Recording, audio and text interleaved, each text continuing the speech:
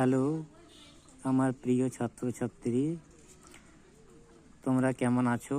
আশা করি নিশ্চয়ই ভালো আছো।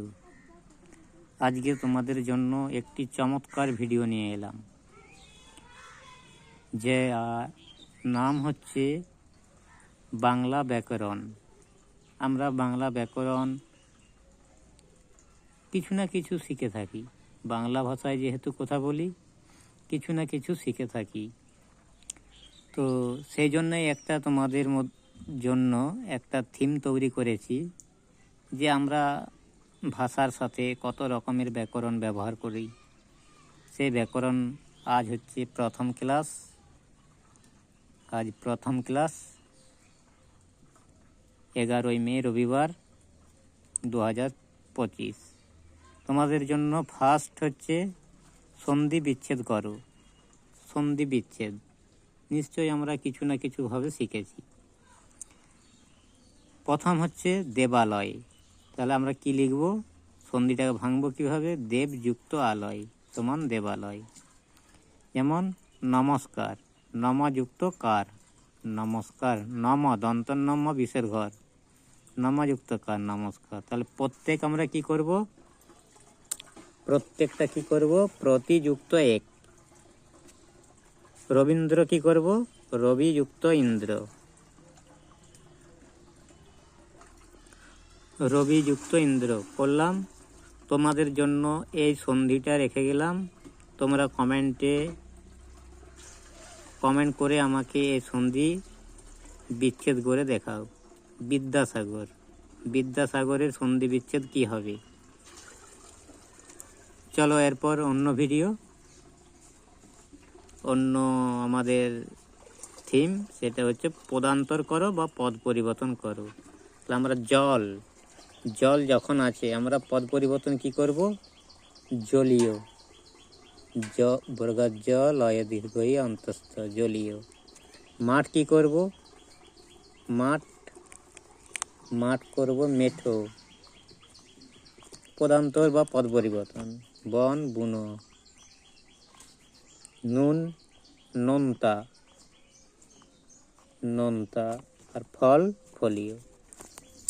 আমরা পরের স্টেপ, লিঙ্গ পরিবর্তন করো। লিঙ্গ মানে হচ্ছে স্ত্রীলিঙ্গ আর পুলিঙ্গ। এই লিঙ্গের মধ্যে আমাদেরকে পরিবর্তন করতে হবে। আয়া আছে, আয়া মানে হচ্ছে একজন স্ত্রী লিঙ্গকে বোঝায়। আয়া মানে বাড়িতে যারা কাজ করে, আয়া।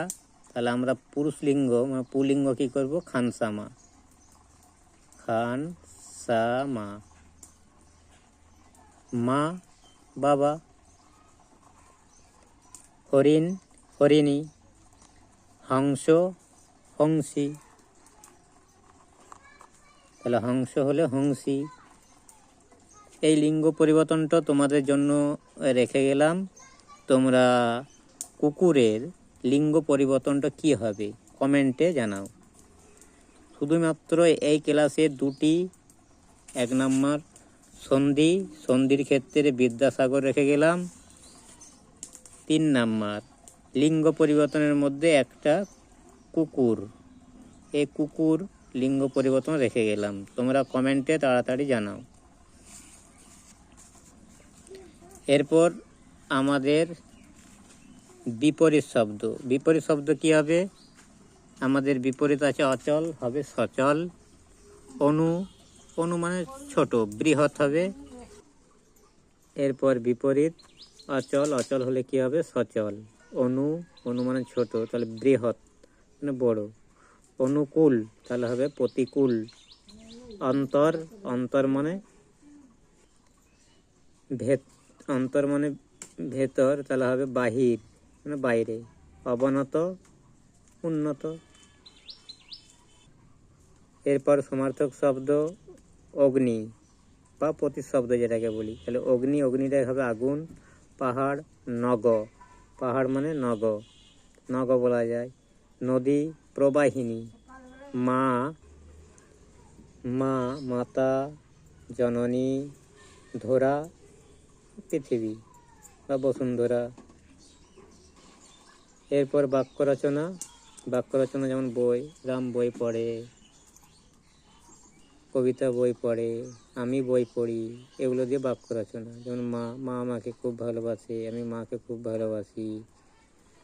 আকাশ, আকাশের রং নীল, আকাশ হয় সীমাহীন। হরিণ, হরিণ নিরীহ প্রাণী। ঘাস, হরিণ ঘাস খায়।